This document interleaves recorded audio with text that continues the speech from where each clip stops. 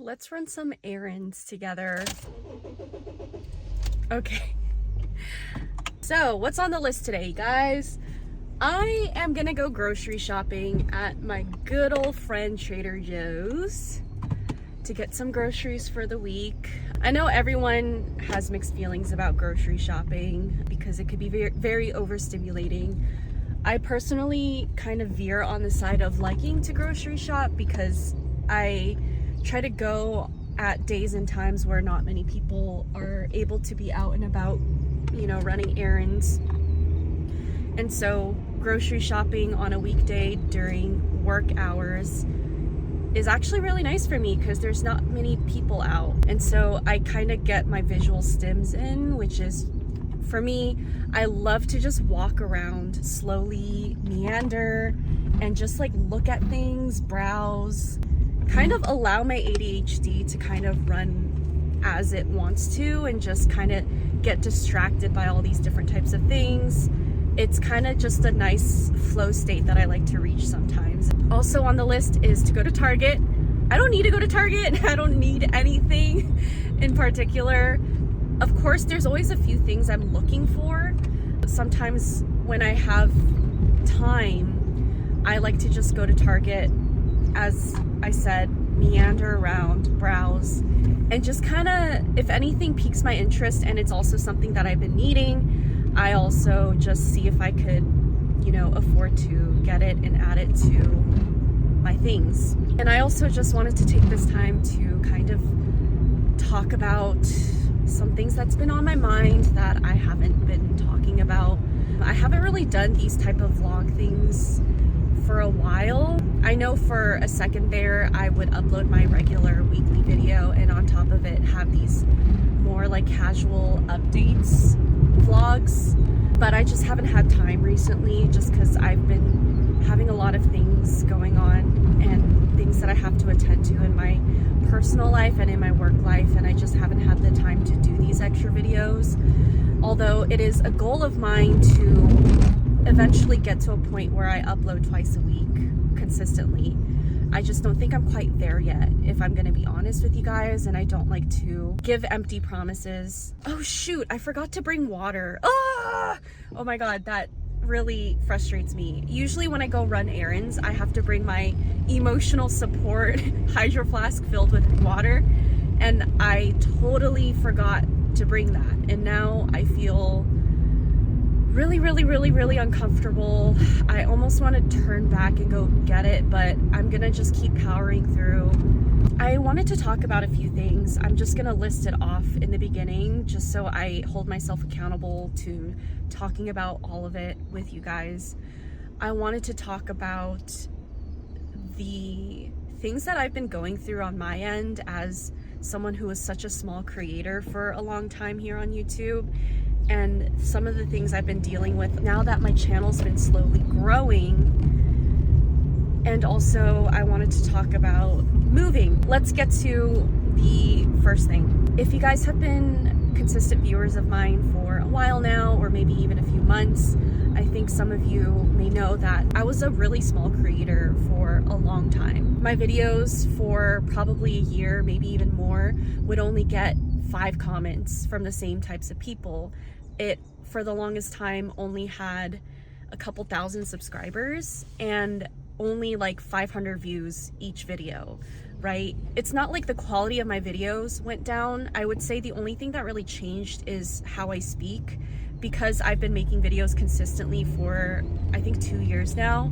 I think my speaking has gotten a little bit better. Like, I haven't been as robotic or hard to verbalize. I've been more clear with like how I want to express things. I still struggle, but it's improved. My point being, I've been making 30 to an hour long video for a long time, right? And so it's not like the quality of my videos improved, therefore my audience went up. It's just with time and consistency, channels tend to grow. Something that I was really struggling with for probably a little over a month now is that with my channel growing so rapidly within the past few months, I've been getting so many people commenting on my videos and it took me a while to get used to catching up with the amount of comments that I've been getting, because I do like to go and read through all the comments. It was kind of overwhelming for a while for me to get used to reading and keeping up with those comments. But another thing that's been really difficult for me, and I want to be completely transparent and honest with you guys, is with the uptick of people seeing my stuff, there's also more and more ignorant people commenting on my videos, and that's been hard because I am a freaking human being. I am just like you guys. I'm not like an invincible person that doesn't feel anything just because I'm uploading things on the internet. I have the same fears of being perceived. I still have triggers like a human person, you know?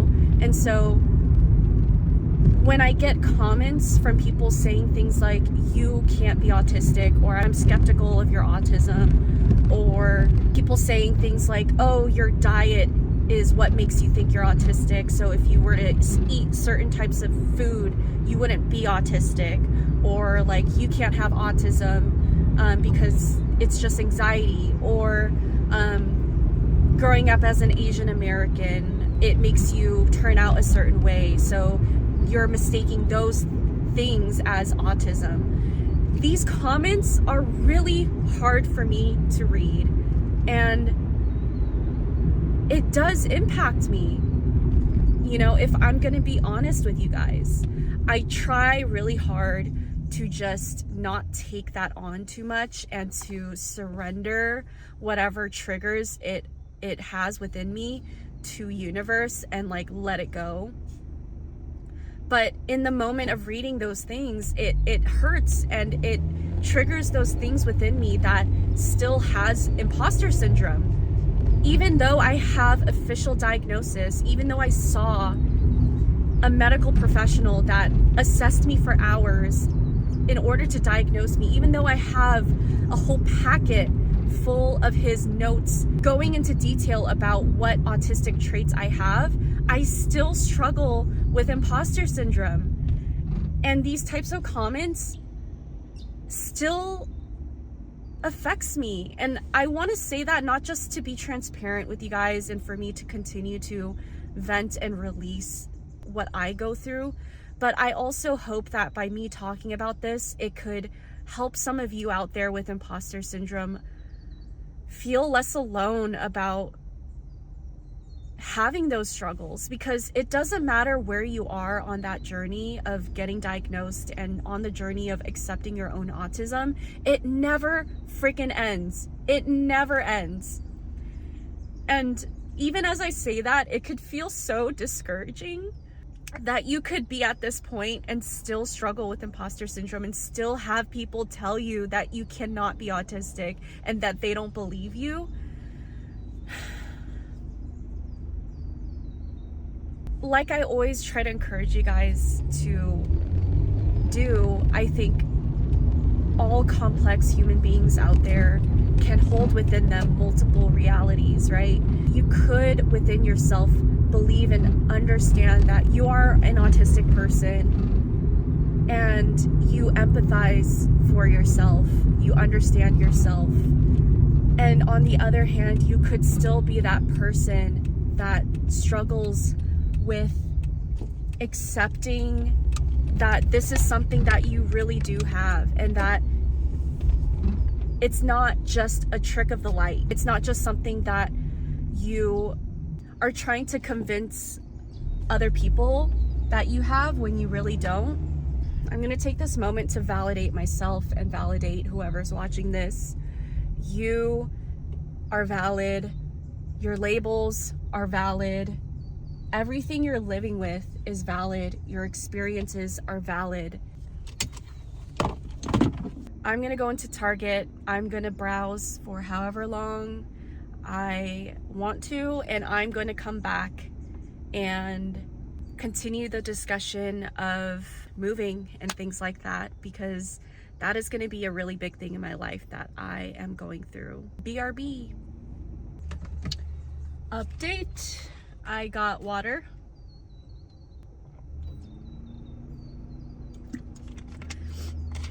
I usually don't get plastic water, but like I said, I forgot my hydro flask, so I had no other choice. Man, does anyone else dread when there's those people that stand in front of the stores and they try to talk to you about some sort of like donation of some sort? Like, of course, it's always for a good cause. I think the one that was in front of the Trader Joe's was talking about mental health in children, but it's just like, man, I do not want to muster up the spoons to have a conversation right now. And I always feel so bad saying no and like walking away, because they're always just like staring at you and they're like, please, it's for like dying children, or oh, it's for suffering animals, and then you're just like, no thank you. There's that one TikTok of a guy who kind of like made fun of that sort of interaction. I'll insert that clip here if I can find it. Your total is $14.22. You want to round up to donate to St. Jude's? No, I'm good, thanks. Oh, okay, I accidentally tapped the wrong thing. Oh, Yeah, sorry about that. Hey, can you get Ulysses? Yeah, thanks. I need to get my manager. Oh, so. okay.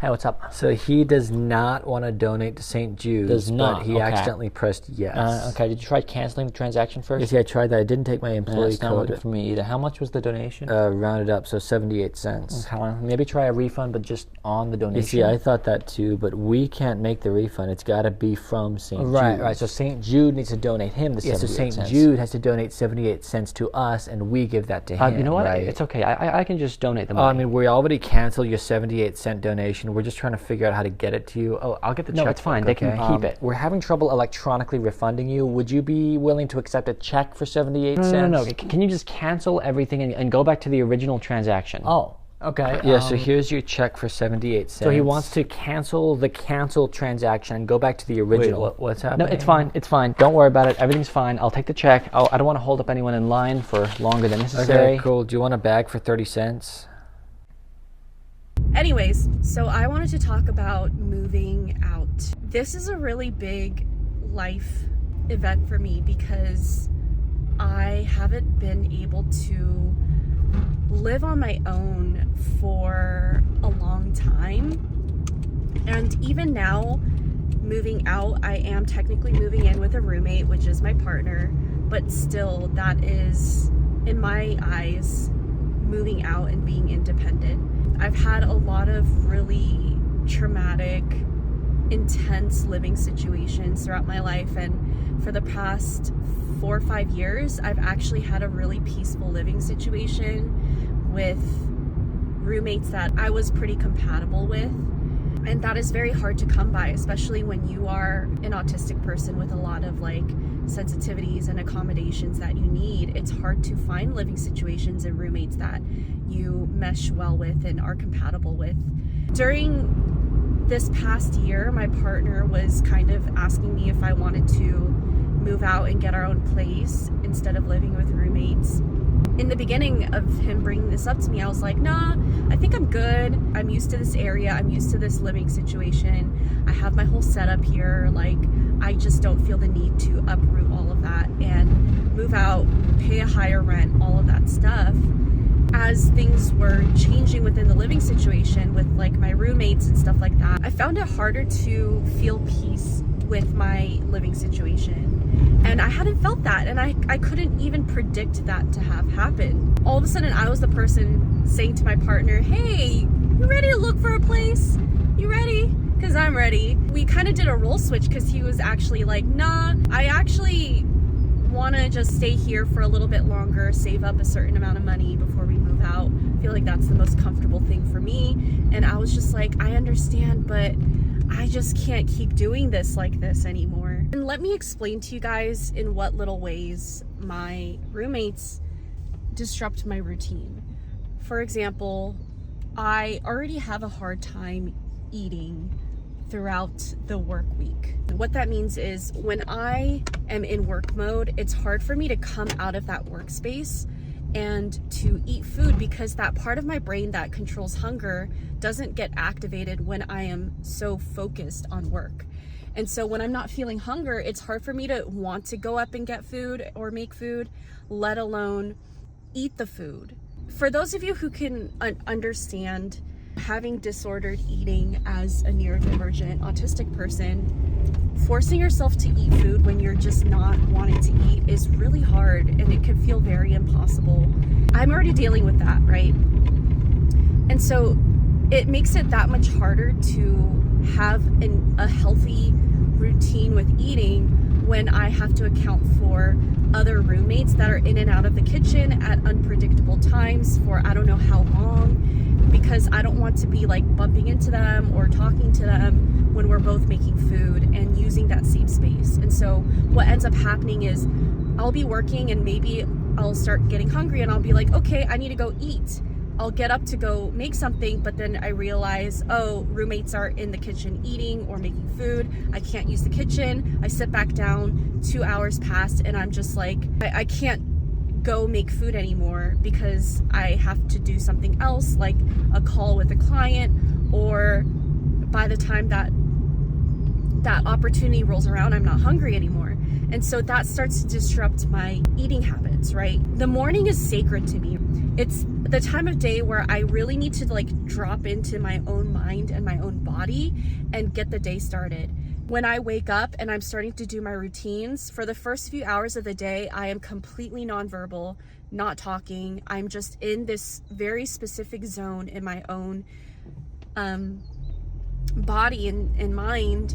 And so when there's mornings where I'm in that headspace and all of a sudden my roommates come out of their room into the kitchen to start their day, and I'm like bumping into them and they're trying to talk to me while my headphones are in, and I have to take my headphones out and be like, can you repeat yourself? I didn't hear you. You know, these are things that over time, day in and day out, will really start to wear on me. That kind of extends to my work as well, both directly and indirectly, because if I'm not able to start my day right, that affects my work. If I'm not able to eat and I'm just hungry all the time, that gets in the way of my work. But also, the walls are very thick in my current apartment. And so when my roommates are in the living room or in the kitchen, just like chopping it up and talking or cooking and stuff like that, or watching TV, I could literally hear it in my office and it will disrupt my filming. There's so many times where I'll start filming and all of a sudden all this noise is happening in the kitchen and I'll completely lose my train of thought. I can't think of what to say anymore. I'll have to stop recording altogether. That whole day is scrapped. And there's times where I'll have to pause recording, go into the kitchen and have to be like, hey, can you guys please like not make so much noise? I'm in there recording, and then the whole time that I pick back up on recording, I just hear them in the kitchen anyways, making noise still, but it sounds like they're trying to be a little bit less loud, but that's still like not only disruptive, but also now I feel bad that they're like inconvenienced while also still inconveniencing me. So it's like a lose-lose. Like they can't, you know, go about their day peacefully, but also I'm still being interrupted. So I feel bad about that, not only for myself, but for my roommates. And it's just not, it just hasn't been working for a while. And it's not anything big. It's not anything dramatic. It's not anything traumatic either. It's just like an incompatibility of circumstances. And that is why I've been very adamant for the first time in my life about moving out and finding a space that only I'm in. And I say that because even though my partner's gonna be there with me, during the work day, he's gonna be out of the apartment at his job. And so during that time, that is literally gonna be my time. All to myself, that whole space is just my sanctuary. And I am just so looking forward to that. I want to record this journey and share it with you guys, because this will also be the first time I could decorate that whole space to accommodate my needs as a neurodivergent person. And I want to just share all of the tips and tricks that I've gathered over time with you guys, show you, you know, all of the neurodivergent friendly ways to accommodate your needs in your bathroom space, your kitchen space, you know, your living room space, your bedroom space. And I'm going to be sharing all of my favorite things as well. Things like blankets that I have grown to really love. Just like all of these little tips and tricks that you wouldn't really see anywhere else other than from another neurodivergent person that just like gathered that information on their own, you know? I'm excited for you guys to start to see this space and for me to open that up to you guys more, because there's only so much I could show in my current space because it's not all my space, right? My space. I have to keep some sort of like privacy because I am living with other people. And so I'm excited to finally be able to open up my content creation to a wider space and to show you guys more of myself in that sense. Editor Irene dropping in. I just realized that I didn't really know how to end that video, and so I just wanted to ask you guys some questions and ask for some feedback. Please take your time in answering any of these questions. If it piques your interest, I will be sure to read through all of them. In regards to the first thing that I talked about today with mean, ignorant people commenting on my videos, I'm genuinely curious to hear from you guys as to how you guys think I should handle things like that. So far, what feels right to me is to block that person from my channel. The reasoning for this is because, one, when I see people who are just looking to find faults in everything you say and do without any sort of other nuance to their opinions or the conversation, it makes me feel as if I am just not in alignment with this person, and this person is not going to be in alignment with anyone else who feels aligned to me. And so in that sense, I feel like there should be some sort of boundary being set there, because this person isn't gaining anything from viewing me. They're just kind of continuing this process of carrying the density within them instead of transmuting it. Another reason why I block them is because I have to be cognizant of the people that feel drawn to my community and are a part of my community, because if one of my viewers ends up reading an ignorant comment that triggers them and makes them feel unsafe, and therefore they avoid reading comments in the future, and therefore they avoid commenting on any of my videos in the future because they're scared, I just don't want that to happen. It's not worth it to me, and I feel a responsibility to create that safe space of acceptance. Here is where I want your guys' feedback, right? Because those things and those reasonings and those whys are something that I'm very confident in. But this is something that I am kind of struggling with, and therefore I really want to hear what you guys think about it. Is when I go to block these type of people, I feel a sense of guilt, maybe because I feel like I'm silencing a person and taking away their freedom to express their own opinions. And I feel like I should allow everyone to express however they feel. And I also want people to feel the freedom to disagree with me and to add on to something in a way that I wasn't able to get to. And I feel like for the most part, I do balance that pretty well. But when I do go and have to block certain ignorant comments, I feel like there's this voice inside my head that asks, should I be doing that, or should I just allow this comment to be there and for other people to open up that dialogue and have this conversation with them if they so choose to? Like, I don't want to just create this bubble within my community on YouTube where it's just consisting of people who can ignorantly be a certain way and can't exist outside of that as well. Like, there should be an equal give and take. There should be differences and things like that. But I don't even know if that correlates with just straight up ignorant comments. And so I guess my question would be, do you guys think that there is a healthy, balanced way to be open to and accepting of other people who may disagree and have differing opinions? Do you guys think that's even possible? If it is, how do you think that could be curated and maintained? And also questions in regards to moving. I know that I want to document that journey for you guys, and I want to make more videos in the future about neurodivergent tips and tricks within the home in order to accommodate your needs. With that, what kind of videos would you guys want to see in particular? Let me know so that I could keep my eye out for it and so that I know to target those certain types of topics. Thank you guys if you take the time to answer them. And I will see you on next week's video. Make sure to take care of yourselves. Bye.